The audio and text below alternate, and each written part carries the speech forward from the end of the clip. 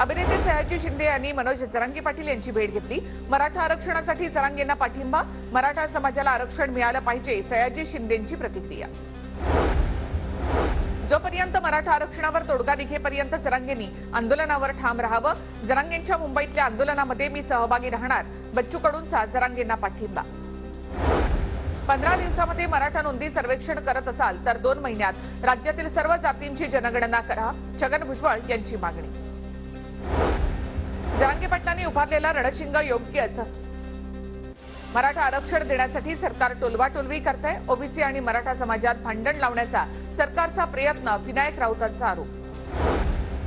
अमोल कोल्हेंना पाडण्याचा विडा काहींनी उचललाय, मात्र छत्रपतींचा आशीर्वाद असेपर्यंत कोल्हेंना भीती नाही, जयंत पाटलांची अजित पवार यांच्यावर टीका। शिंदे गटातील 7 खासदारांनी भाजपच्या चिन्हावर लढण्यासाठी पत्र दिलंय, माजी मंत्री आणि काँग्रेस नेते सतेज पाटील यांचा दावा। सतेज पाटलांकडे बंगाली बाबा, त्यामुळे ते दावे करत असावेत, आमचं काय ते आम्ही ठरवू, सतेज पाटलांनी सांगू नये, सतेज पाटलांच्या दाव्यावर धनंजय महाडिकांचं उत्तर। काँग्रेसचे 9 आमदार नेते शिंदे फडणवीसांच्या संपर्कात, हे कळल्यामुळे काही ना आमच्यातले नेते भाजपच्या संपर्कात आहेत, हे सांगण्याचा अट्टहास करावा लागतो। सतेज पाटलांच्या दाव्यावर उदय सामंत यांची प्रतिक्रिया।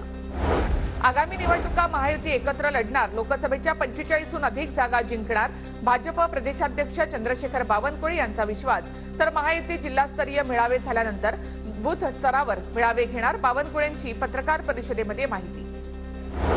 भंडारा गोंदिया लोकसभेच्या जागेवर अजित पवार गटाचा दावा, बूथ कमिटी तयार करण्याच्या पार्थ पवारांच्या सूचना, तर प्रफुल्ल पटेल किंवा वर्षा पटेलांनी लोकसभा लढावी, स्थानिक नेत्यांचा आग्रह। महायुतीची 5 जानेवारीला महत्त्वाची बैठकीला महायुतीमधील सर्व प्रमुख नेते उपस्थित राहणार, आगामी लोकसभा निवडणुकीच्या पार्श्वभूमीवर बैठकीला महत्त्व। देवगिरी बंगल्यावर उपमुख्यमंत्री अजित पवारांची पदाधिकारी आणि कार्यकर्त्यांसोबत बैठक, लोकसभा निवडणुकीच्या पार्श्वभूमीवर रिक्त पदाच्या भरतीसाठी आढावा बैठक।